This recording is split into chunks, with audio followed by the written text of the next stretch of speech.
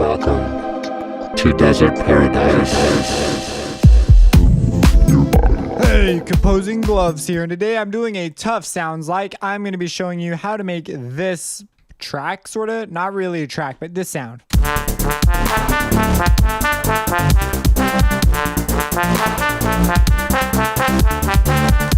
So within a reasonable amount of time, I created something similar to the Marshmello color drop.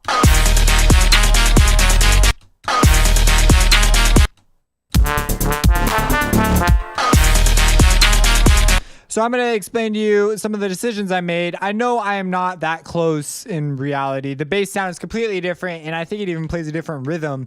But I was just, the person who asked for this is looking more for the arrangement, probably some of the sound design, but not very much of it. So right off the bat, you're probably wondering what that lead is. That lead is a brass instrument. So it sounds like Contact or something of the like. I went with the standard library. I'm not sure exactly what library they used, but as you can see, I tried a variety of things and found the trombone to be the closest. I suspected the trombone, but I was like, oh, maybe he layered something. It sounds just like the trombone. It's just finding the correct articulation that was hard. And I have it here as a chord progression. Now the chord is just D major. It's going do all, or not D major, D minor. It's just going all up and down the D minor chord with the occasional 7 in there, but you know, well, it's a dominant 7, so I guess it's a D dominant 7 is the chord itself, but that only comes in at the very end. So it's just running up and down that. There's a 1. Is there a scalier movement? Well, yeah, there's a little scalier, dun dun dun dun dun, like that sort of a thing. But it's really simple. So that's the melody. And it's just a different brass sample. So I wasn't going to go hunting all over for brass samples, but something I tried to do to get it to doctor it was to, you know, just put a bunch of EQ. That's sort of what I settled on. Most of my problem is with the articulation I picked. You could pick different articulations, but that was the forzando is sort of the best one I had.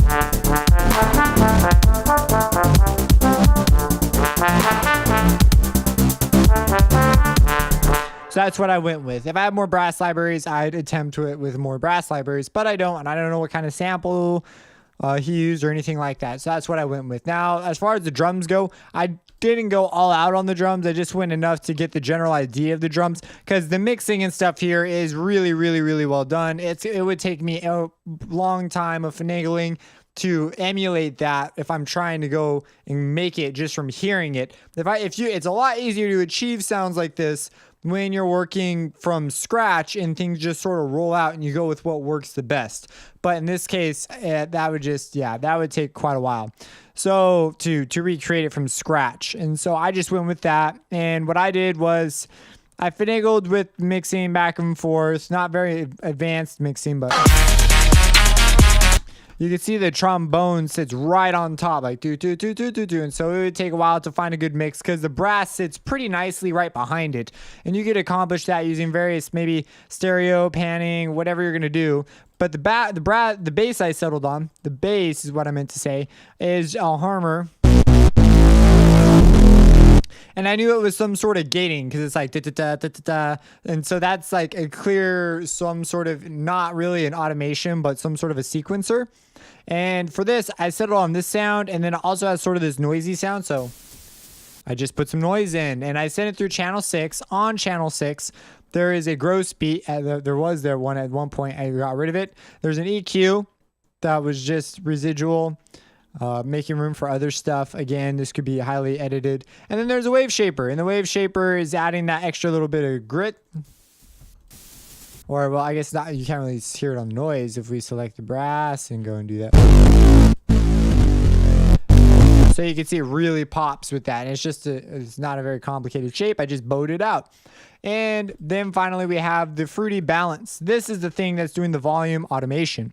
So here it is. So if I were to just solo it, now this one I could work stronger to get much closer to the bass and the rhythm it made, but this is reasonably something rather kind of close-ish, and I'm using volume automation to do that because this is something that would do that. I may consider adding little points in between, but that's probably not what he did, so I doubt upon thinking about it just now, probably not do that actually. So I'm glad I didn't do that. I don't know why it's not reading my automation.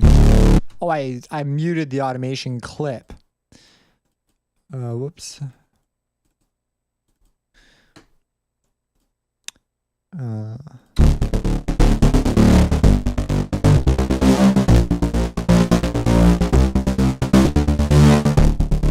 And that's it. Now the noise is in there, as you see. It's almost non-existent. It's just, yeah, I probably could bring the noise up, but I don't want to. So the notes picked are these. So you can see it runs up the chord, lands on the 7. So it's like da na na na da na na na na. And this is not in the chord. It's a sharp. I don't know why they don't have flats available in FL. If there's an upgrade that would like make life easier for people who are classically trained, it'd be the addition of flats. It's just a label thing. It's not within my power to change that, I don't think. So anyways, A sharp, otherwise known as B flat, and then there's a C and a D. So this note's not in there. So it's something you just had to know by ear.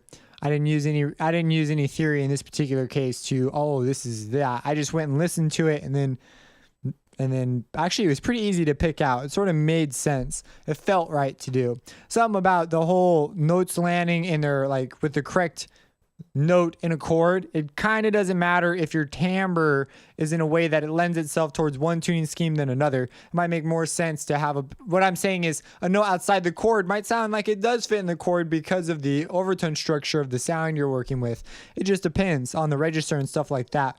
For example, you might try and write out this melody with a saw wave. That'd be a lot harder than you think, because the brassy texture really does lend itself to like the tuning, the way you perceive it. At least I have this issue when I'm being dictated music. When you're writing music, it's a different deal because you assume they're all going to sort of meld and they'll be playing in a key and stuff. But when you're working with a whole bunch of audio from a bunch of different sources, some of it being sampled and some of it not being like perfectly in tune with whatever your system is set at according to that synthesizer, then you're going to be dealing with some funky problems. But anyways, it's the D minor, and for whatever reason, A sharp fit right there. And then it goes up and up, and then it goes back down. Of course, I could have kept going, but this took a little longer than I had kind of wanted to go towards.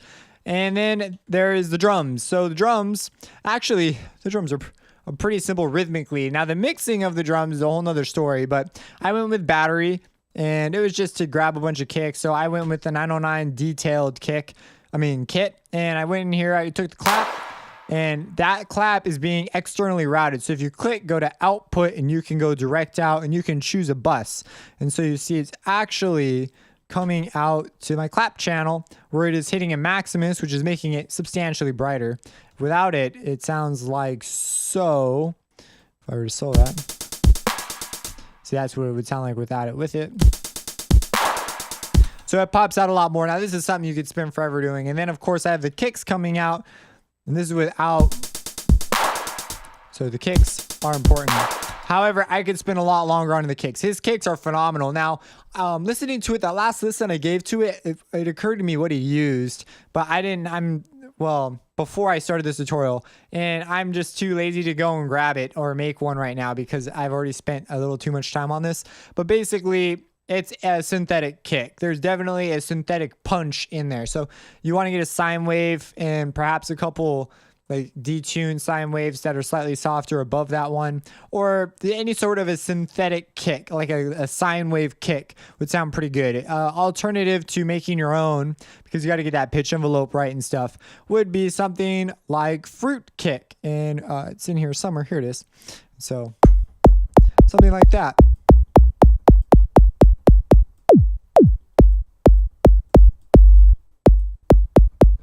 And you layer that in there, and that'll give it a really nice snap. And it's pretty clear he's got a snap like that in there. Instead of doing that, I went with this, which is okay. It's low, but it has a really low ring that's sort of a pure tone. So you may consider this, and maybe even then layering it with one of your own making from like Citrus or something. I even have a video in Harmor in Citrus in the Sound Design with series. So Sound Design with Citrus or Sound Design with Harmor. I make kicks. Kicks are easy to make. If it's when you have applications like this, it's the finesse of getting it to fit in your track. It's really nice having a very customizable kick. But I just went with this, and there's actually 3 kicks on the battery.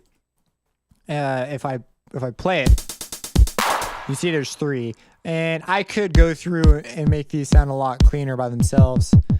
But I just, yeah, the drums would take forever to mix. So I'm sorry if you were really looking for a good drum mix.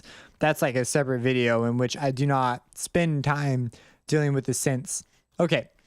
So yeah, those are the chords, those are the notes, just that D7, the melody, do, do, do, do, do, do, do. And it just goes up and down that chord with a couple scalier movements, you know, nothing too big. This kick. And I believe that is just about it. So that's what's in the drop. There's a couple other things, but other than that, that's pretty much it. Again, if you want that lead sound, you're going to need to have that brass library. I probably could have looked up the brass library, maybe found something that people were suggesting. But it's really just an articulation of a trombone is what it sounds like. And let's see here. Also, I've noticed that on his leads, you know how you always expect leads to be sort of bright and amazing and brilliant? This particular lead and many of his others actually sound quite dull, not as in like boring, just like the high end on his leads isn't always all that loud, at least on the ones that I've done or tried to remake. I'm like, wow, this is actually quite a bit like this. His brass sits nicely on top, but it's like his mid-range. Its ability of his mid-range to sing right through is what really makes the sound the way it sounds. And so getting that to sit. Now, I didn't accomplish this like a super duper mix. The brass lead's definitely getting buried occasionally. And you can see I tried doing it with an 3 times OSC earlier, but I was like, nope, that's not working. So that's that.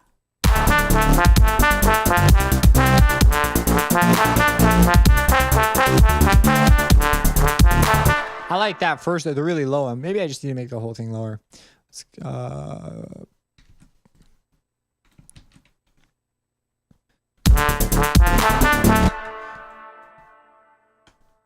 Let's take these in. What the heck? Where is my...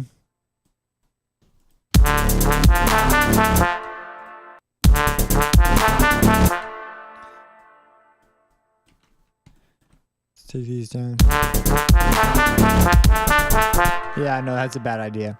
Anyways, if you have any questions, let me know. I know this one was just a hard one. When you ask me to remake an entire drop and the drop is sort of like this, I could tell you with the lead. So all I gave you ideas towards everything. The bass, I didn't pay too much attention to, but I mean, like I put something there that is relatively similar-ish. If we go over to the... Probably give the bass one more good listen. Actually, it sounded like something I could probably do with Citrus more easily than Harmor. But it's also just way down there too. So I think I may just have too much high end. I could probably get away with.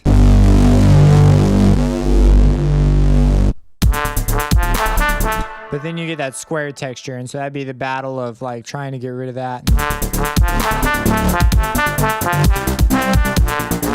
What you would probably do is you'd take this, turn it down, and then you'd open up another Harmor and make a sub bass out of that one. And then you'd layer it in there and you'd give it the same automation. So we'd put it through 6.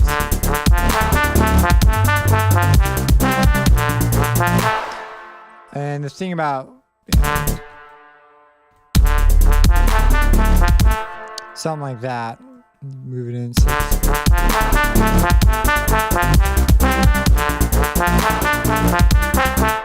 And then you would mix, you'd take that one up, you'd take the brass one.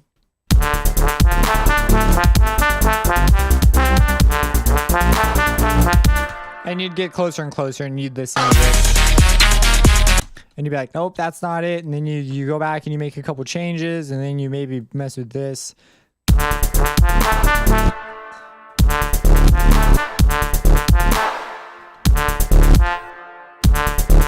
and you do that sort of a thing. But I'm officially done at this. If you have any questions, let me know, subscribe, and have a blessed day. How do you use limiters on individual channels? I'm going to sort of just spitball a number of concepts at you, assuming that you know what compression is and a number of other things.